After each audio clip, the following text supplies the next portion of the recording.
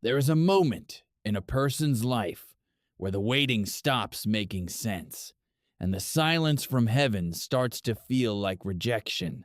You have been in that moment for a long time now, and what I need you to understand before anything else is that God has not forgotten your name. Not the name your parents gave you, but the name He called you before you were even formed. The name that carries the exact shape of your longing.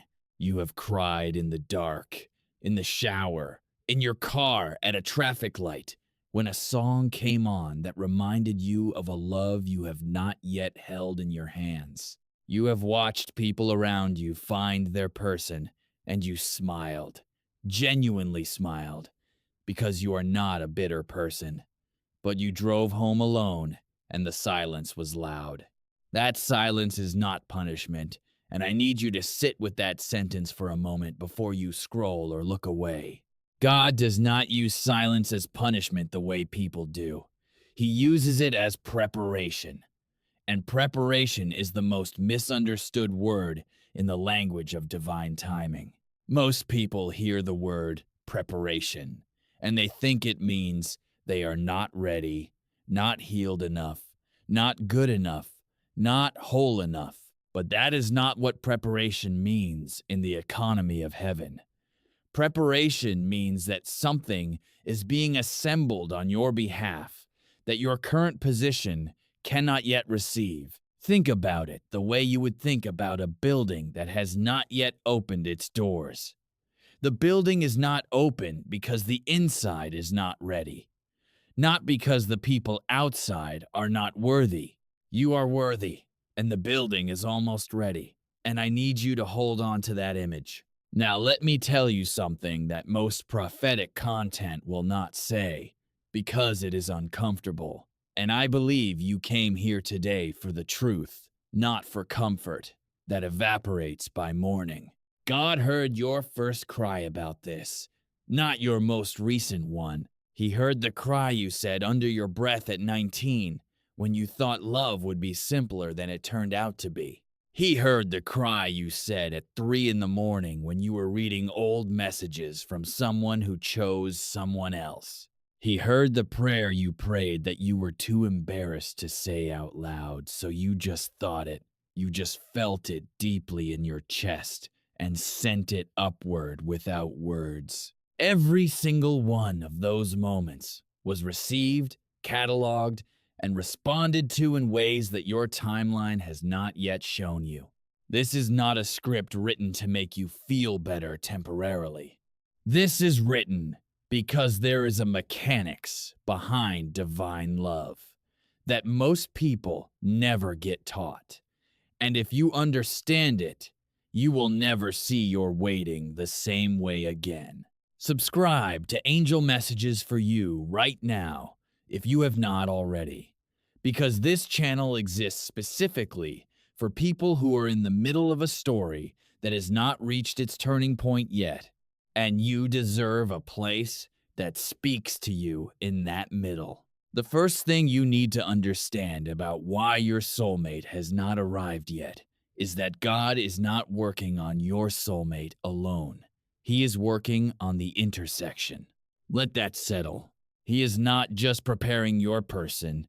He is preparing the exact coordinates in space and time where two lives that have been running parallel will finally cross.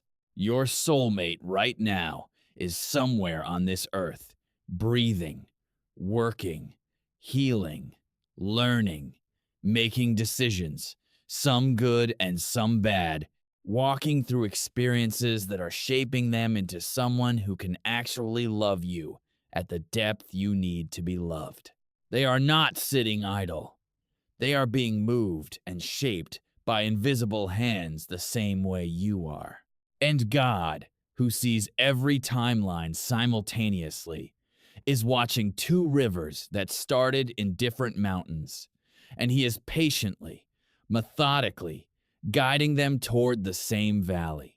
You cannot rush two rivers, and you cannot rush two souls. If your soulmate had arrived at the moment you first prayed for them, you would not have been standing in the same place spiritually, emotionally, or even geographically that would allow the relationship to take root the way it needs to. This is not about fault. This is about fit. And fit requires alignment. And alignment requires timing. And timing requires patience from the human side and precision from the divine side. Now, here is something that gets overlooked in almost every conversation about soulmates and divine love. The pain you have experienced in your waiting, the heartbreaks, the almost relationships, the people who were close but not quite right. Those were not failures. Those were curriculum. I want to use that word carefully because I know it can sound cold, and I do not want to minimize your hurt. But when God designs a life, He designs it the way a master educator designs a course. Every lesson is building toward a final exam that you are meant to pass, not fail. Every person who broke your heart taught you something precise about what you will not accept, what you cannot live without, what you now recognize immediately versus what used to confuse you. The person who seemed perfect but disappeared, they taught you that consistency matters more than chemistry. The person who loved you but whom you could not love back, they taught you that love cannot be forced and that it is better to be honest than comfortable. The person who was exciting but unstable, they taught you that peace is not boring. Peace is the ground that love needs to grow in. You are not behind. You are educated, and there is a difference. Most people arrive at their soulmate with no education, and they destroy the thing because they do not know how to handle it. You are arriving with a wisdom that was earned through tears, and that wisdom is going to make you a partner that most people only dream of having. Like this video, if something in these words is landing in a place that needed to be touched today, it costs you nothing, and it tells the universe you are paying attention. Now, I want to talk about something that I believe is the real reason so many people are in extended seasons of waiting, and it is something that the church does not always address clearly, and that the self-help world misses entirely. It is the issue of soul readiness, and it is completely different from emotional readiness. Emotional readiness is something you can work toward with therapy, with journaling, with prayer, with community. It is measurable, and it is something humans can take steps toward. Soul readiness is different because it is something God does inside you at a level deeper than your psychology. Soul readiness is about whether your inner world has been recalibrated to the frequency of the love that is coming. Every person carries a frequency, an energetic and spiritual signature that either matches or clashes with the people around them. When you are in pain for a long time, when you have been disappointed repeatedly, when you have armored yourself against hurt, your frequency shifts, not to something bad, but to something that is not yet tuned to receive what God is sending. God does not want to send your soulmate to a version of you that will push them away out of fear, test them into exhaustion, or receive their love through a filter of suspicion and past hurt. He wants to send them to the version of you that can stand in the open with your arms wide and your heart soft enough to actually feel what is being offered. And sometimes that recalibration takes time because it is happening at a depth that your daily awareness cannot track. You may have been healing more than you know. You may have shifted more than you realize. You may be closer to that frequency match than anything in your external world is showing you right now. I want to tell you a truth that sounds simple, but carries enormous weight when you really absorb it. God's timing is not slow, it is surgical. A surgeon does not rush the most delicate moment of an operation, not because they do not care about the patient, but because they care too much to make a careless cut. Your love story is the most delicate operation in your personal universe, and God is the most precise surgeon that has ever existed. He is not guessing, he is not estimating. He is cutting at exactly the right moment with exactly the right precision. And your job is not to rush the surgeon. Your job is to trust the table you are lying on. Now, let me bring in something that has an educational dimension, because I believe you deserve to understand the architecture of divine timing, not just the poetry of it. There is a principle in Scripture that is rarely preached on in the context of romantic love, and it is the principle of appointed times. In the Hebrew tradition, there is a word, moed, which means appointed time or set time, and it is used in the context of seasons and festivals and divine encounters. God operates on appointed times, not approximate times. When he said to Abraham and Sarah that she would bear a son, he did not say soon or eventually or when the time is right. He said, at the appointed time, which in the original language carries the weight of a time that has already been set and sealed in the heavenly calendar. Your love story has an appointed time, and that time is not a window that will open and close if you miss it. It is a fixed coordinate that you are moving toward simply by continuing to live and breathe and grow. You cannot miss it because it was designed around you specifically. The mistake many people make is believing that their soulmate is out there, and it is possible to miss them through poor choices or bad luck. And while, yes, choices matter, and wisdom matters, God, who designed the appointed time, also designed contingencies for every human detour you might take. He built your love story with grace margins that account for your humanity, your wrong turns, your seasons of running in the wrong direction. He knew before he made you that you would do those things, and he factored them into the architecture. You have not disqualified yourself by your past, and I need you to hear that clearly. The relationships you regret, the years you feel you wasted, the decisions you made from a broken place, none of those have moved the appointed time. They may have changed the route you take to get there, but the destination was set before you took your first breath. Comment below right now and tell angel messages for you what city you are in, or just say, I receive this, because there is power in declaration, and this community needs to hear from you today. Let me now speak to a specific group of people who are reading this and have been in the waiting so long that they have started to negotiate with God about whether a soulmate is even for them. You have started to tell yourself a story that maybe you are meant to be alone. Maybe your assignment on earth is singular.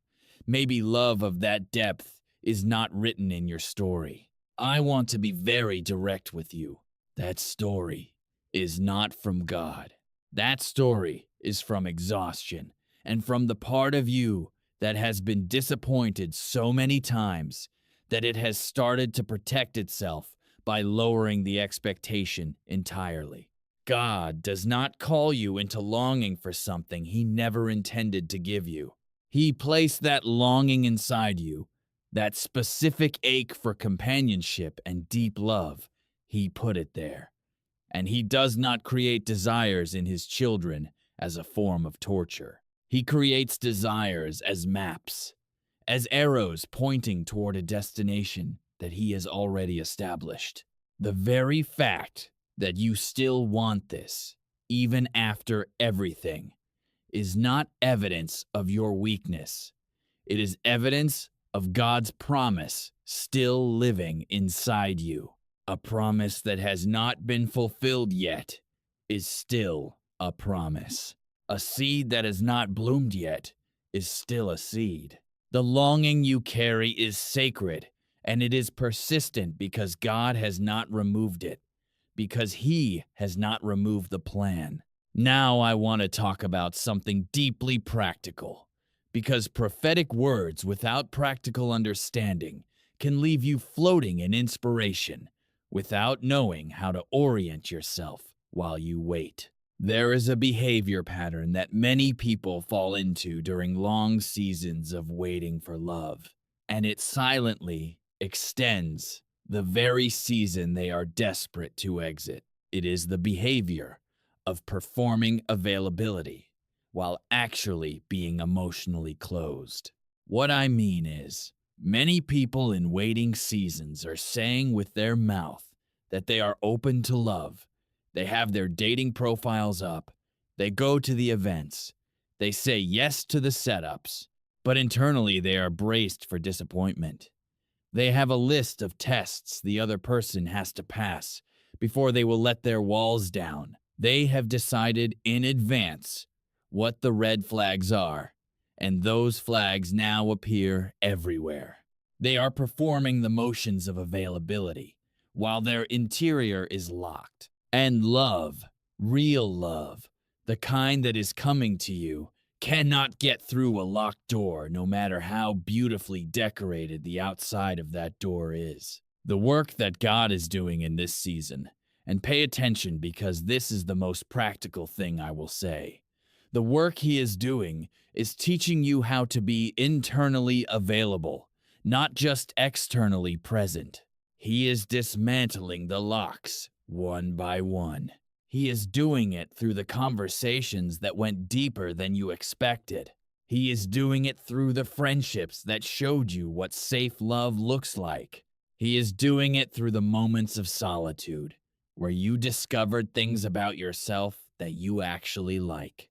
He is doing it through every experience that forced you to trust something or someone when you did not want to. Every one of those experiences was a key turning in a lock you did not even know was there. And the final lock will be turned at the moment your soulmate arrives. Not before, because some locks can only be opened from the outside. Let me speak now about the soulmate themselves, because I think we spend so much time focused on our own journey that we forget there is another human being on the other end of this story who is going through their own version of the soulmate. Wait, your soulmate has their own set of tears that have been heard.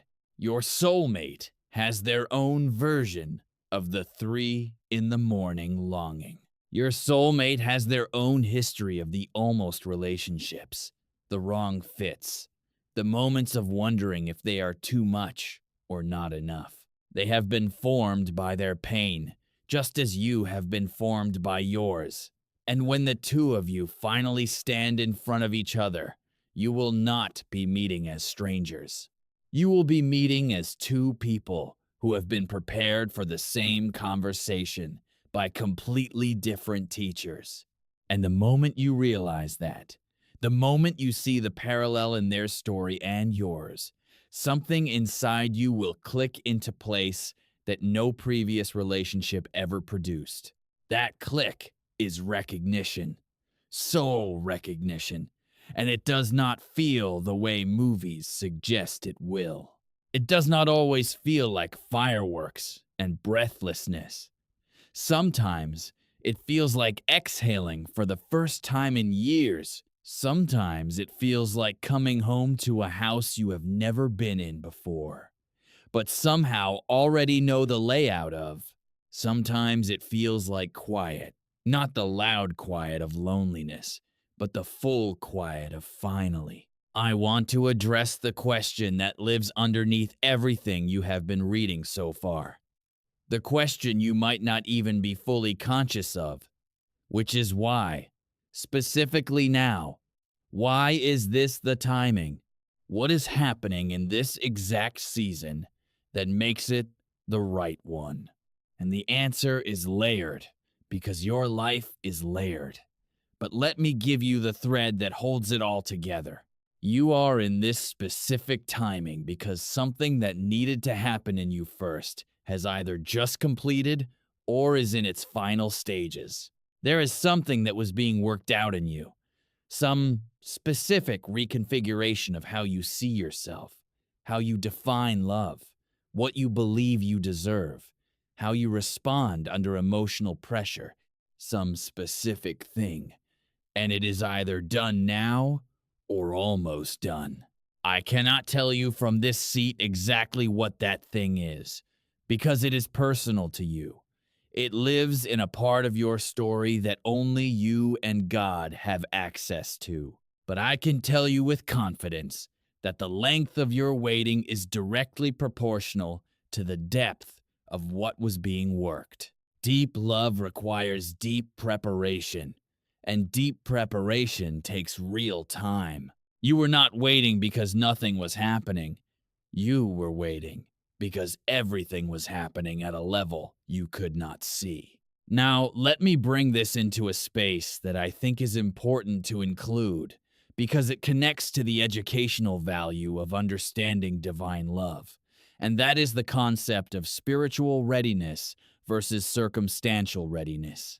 Most people evaluate their readiness for love by their circumstances. Am I financially stable enough? Am I living in the right place? Do I have my life together enough? Have I lost the weight? Have I gotten the job? Have I healed the trauma? And while those things matter, and growth is always worth pursuing, God rarely waits for perfect circumstances, because perfect circumstances do not exist. What he waits for is spiritual readiness, which is a different category entirely. Spiritual readiness is when your spirit has arrived at a place of enough trust that it can receive love as a gift rather than a transaction. Most people receive love transactionally, meaning they give love in order to receive love, and they evaluate whether love is real based on whether their output is being matched by someone else's output. This transactional framework, while understandable, is not the framework that sustains the kind of love God is bringing you. The love he is bringing you is covenantal, not transactional. Covenantal love does not keep score. It does not evaluate ROI. It does not measure what you give against what you get. It gives because it is, not because it will be replenished. And for you to receive covenantal love, you have to have some experience with covenantal love first, meaning God's love for you. And that experience has to be real enough, settled enough, practiced enough that you can model it. This season of waiting, as painful as it has been your covenantal love classroom. Every moment God sustained you when you felt undone. Every moment he provided when your logic said provision was not coming. Every moment he brought peace into a situation that had no natural reason to produce peace. Those moments were him showing you what covenantal love looks like in practice. So that when your soulmate arrives, and they inevitably disappoint you in small human ways, you will have a frame of reference for love that doesn't quit, love that doesn't calculate, love that shows up anyway. You are not just learning how to love. You are learning how to love the way God loves, and that is the most radical curriculum a human being can be enrolled in. If you have been watching Angel Messages for you for a while, you know that this channel does not deal in vague inspiration. It deals in truth that shifts something in you at a level that lasts beyond the video, so make sure you have subscribed so you never miss a word that was made for your season. Let me now speak to what the arrival will look like, because I think people spend so much time wondering if it will ever come that they have not spent enough time being prepared to recognize it. The arrival of your soulmate will not always announce itself loudly. In fact, the most significant divine moments in Scripture often looked ordinary on the surface until the eyes of the Spirit were opened. Moses did not know the bush was holy until he turned aside to look. Ruth did not know she was walking into her destiny when she followed her mother-in-law into a foreign land. The disciples did not know who was walking toward them on the water until Jesus spoke. Your soulmate may arrive in a moment that looks unremarkable at first. A conversation that starts simply, a setting that is familiar, even mundane, a person that you might not immediately place in the category of this is it, because they do not match the image you built in your imagination. This is important because many people miss or delay their divine connections because they are waiting for the arrival to look cinematic when God specializes in the ordinary made holy. Stay present in your everyday spaces. Stay present in the conversations that could easily be dismissed. Stay open to the person who shows up without a grand announcement, because the most significant things God has ever done in human history were not announced by trumpets first. They were recognized by those with eyes trained to see. Train your eyes to see. Train them by spending time in gratitude for what already is, so that you develop the ability to recognize goodness when it presents itself. Train them by releasing the picture you have been holding of how it should look, so that you can see how it actually looks when it arrives. Train them by asking God specifically to make you perceptive in the moment of meeting, so that you do not walk past your appointment because you were looking for a different door. Now, I want to bring this toward the closing of this message, because you deserve a conclusion that gives you something to carry forward that is more than just warm feeling. You deserve a framework for how to live the rest of this waiting season, however long or short it is, in a way that is intentional rather than passive. The first thing is this: stop measuring the waiting against other people's timelines. Your neighbor, your sibling, your coworker, your college friend who just got engaged, their timeline is not yours, and their appointment is not yours. God does not have one way of doing things, and comparing your chapter 3 to someone else's chapter 8 is a form of self-harm that masquerades as motivation. Let them have their story and trust yours. The second thing is to invest in the life you already have with the same energy you would invest in a life that has your soulmate in it. Go to the places you would go if you were not alone. Build the home you would build if someone were coming to share it. Develop the habits you would have if someone were watching, not as a performance, not as a manifestation strategy, but as a declaration to yourself and to heaven that you are not putting your life on hold for a love that is already on its way. The third thing is to pray specifically, not vaguely, not generally, not just send me my person, but with the specificity that reflects how well you know yourself now after everything you have been through. Pray for the specific qualities that matter most. Pray for the specific dynamic you need. Pray for wisdom in the moment of meeting. Pray for their well-being even now, before you know their name, because praying for someone you have not yet met is one of the most powerful things a waiting person can do. It shifts you from passive recipient to active participant in a story that is already being written. And the fourth thing, perhaps the most important, is to let God be enough in the meantime. Not as a consolation prize, not as a placeholder, but as the primary relationship that grounds every other relationship you will ever have. When God is the source, and your soulmate is the gift rather than the source. You arrive at love from a place of abundance rather than deficit. And love received from abundance is an entirely different experience than love received from need. People who love from need are fragile in their relationships. Every disagreement feels like abandonment. Every quiet moment feels like rejection. Every moment of distance feels like evidence that the love was never real. People who love from abundance are resilient because they know who they are and whose they are apart from the relationship. And that knowledge is the foundation that holds the whole thing up when life puts pressure on it. God is making you that kind of person right now, in this season, through this waiting, through this very moment of you encountering these words and something in you recognizing the truth in them. You were not meant to arrive at your soulmate empty. You were meant to arrive full, overflowing, so established in yourself and in God that your love becomes a gift you freely give rather than a transaction you desperately enter. That fullness is being built right now. That establishment is happening right now.